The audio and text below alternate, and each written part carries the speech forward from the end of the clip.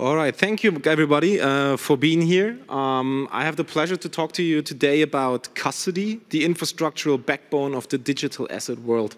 And why do I actually come to you, and what is the importance of this topic? Before starting and going into more detail, we need to think about what do we actually talk about when talk about custody. There are different technologies, different solutions, different ways to think about custody. So for those of you who have not been in touch with that a lot, you have hot, warm, and cold storages that you need to differentiate between. You have different types of technology, which all lead to one fact, that it's also about safeguarding, it's security. So in the end, every user, if it's institutional grade, if it's a retail user, they're coming to you for safeguarding of their money, of their assets, of their investments, in whatever case. So this is what you need to think about when thinking about this. And then also you need to think about, do I build, do I buy? Regulatory purposes, is it just going to be Germany, different regulatory reasons than in Austria, than in France and Italy, will change with MiCA, we all know that, but it's a year minimum ahead of us, so it's a year's a long time. So when you think back of the last CAC we had in the beginning of the year, what happened since then, we have seen a lot of movement in the market, and that's why I chose this topic, because digital assets are growing. The need for digital assets are growing. So we have, again, the topic of chicken and egg. So where do you start, and why do you start doing something? And in this topic of digital assets, it's about the demand that we see in the market. So we do actually see demand from retail users, from institutional users. We talked today a lot about tokenization. We talked about the cryptocurrencies itself. So there's a lot of movement in the market itself, which leads to a growth. And with every growth, there come also obstacles, there come problems that you need to solve. And if you want to actually establish yourself in the market of digital assets, you need to have the backbone to actually do it. So you need to have the fundamental base to offer something like this. So this technology is, like, let's say, it's the value chain that you need to think about when thinking about offering this type of product, or even thinking about establishing yourself within the realm. So why do I name the talk today the backbone? Because in the end, when you narrow it down, when you think about what is the essential you need to actually start something like this, so start the endeavor in digital assets, you need to think about custody. So what do I actually want to do to safeguard these type of digital assets? If it's a security token, if it's a regular token, cryptocurrencies, you name it, you need to secure them somewhere safe in a wallet. There have been in the past, when we started 10 years ago, you know, people had their own wallets, MetaMask, you all know them, but is that really secure? Do you want to offer as an institutional great bank your customers something like this? No, you want to have an established player, you want to have it regulated, and you want to have it fully licensed as well. And this is where, you know, you need to separate between different solutions. And as I mentioned, we've seen a lot of movement in the market. We heard about the DK Bank, we heard about DZ Bank, we heard of Deutsche Bank just recently announced that they're going in this direction. And they're not building themselves, they're buying the technology from somewhere else.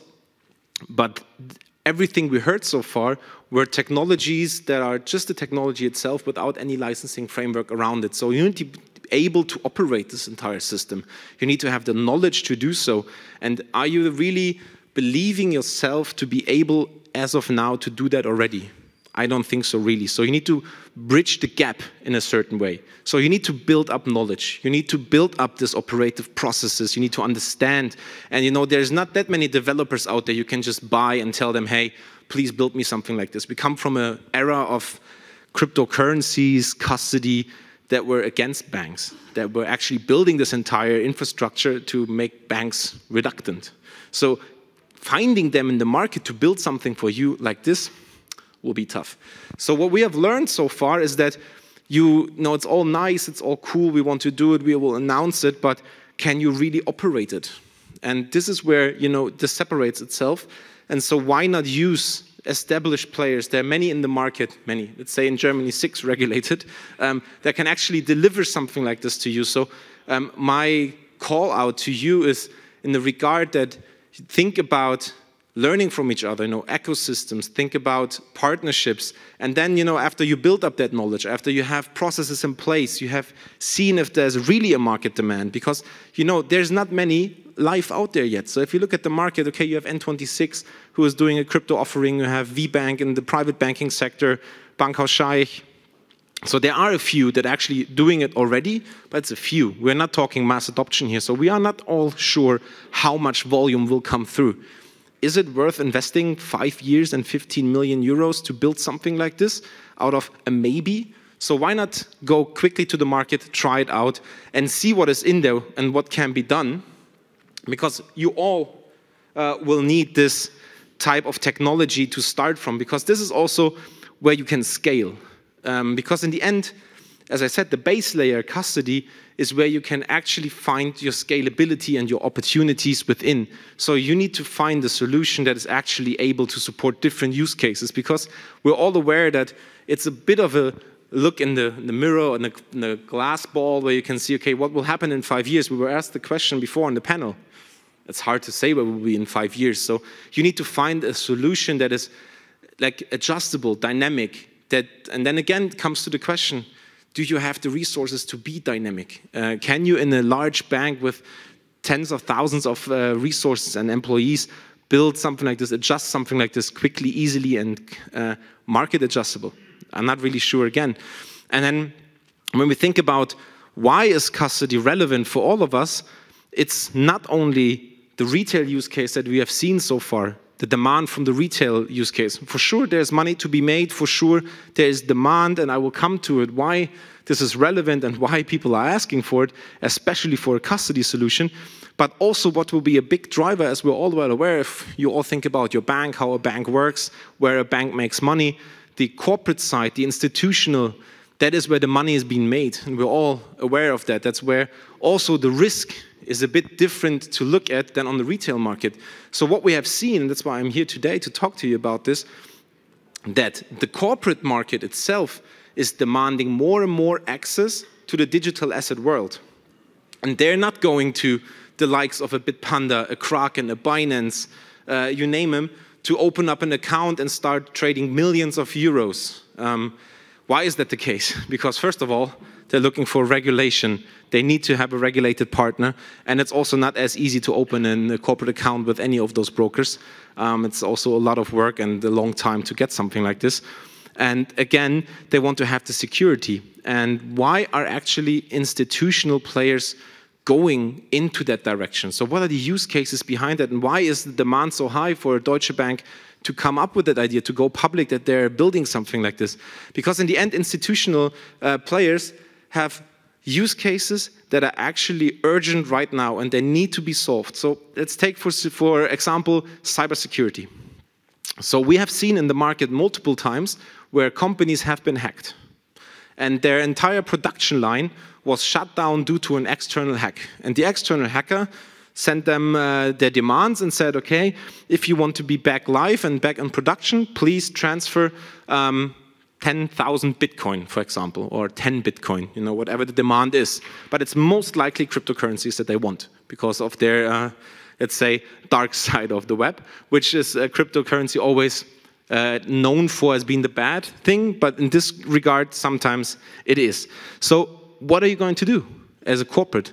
Where do you go? Where do you find those 10 Bitcoins and can send it to somebody else with the regulator? These are actual problems we see in the market. So we all know after this happened, they will invest in cybersecurity and up their guards. But at this certain time, they need somebody to help. And they will go to their bank first and be like, hey, can you guys help me? And right now, there is no help. Nobody can really help them in the banking world. So they come to players like us and ask then us, can you quickly fix these things? But this is actually something that they want to do with their bank, that they see as a service that they demand from their bank. So cybersecurity, one huge reason why this is a demand coming from the market for a custody solution, because they want to park a certain amount of cryptocurrencies with their bank for certain security reasons, to safeguard themselves. And second of all, you have the entire treasury system. So again, in the crypto market or in the digital asset market, there's money to be made. And they want to participate within, but again, they do not want to do it on a broker or on some wallet that they have no security about. They don't know where the crypto assets are or any other asset lay within. So again, they want to have trust. They want to trust their partners they've been trusting for the last 100 years. So they turn to their banks. So again, we see this, and again, this is a recent demand. So it's not something that will happen in 2-5 years. So it's there right now. So if you are, as a bank, a first mover right now, you can actually get the entire market share because there is no competition right now. So you are ahead of the curve.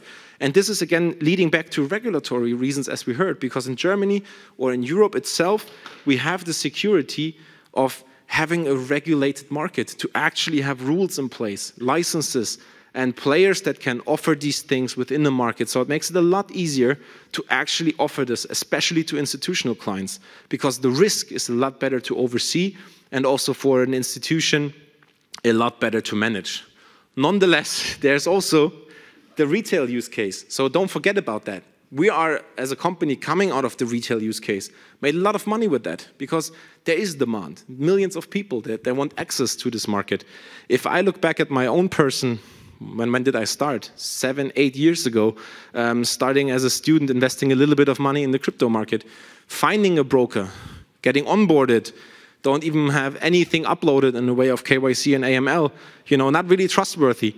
All these things, but you have done so and you wanted to do so. Now, as being a bit more, let's say, financially secured, I'm investing even more money in that market. Do I want to invest that in whatever broker?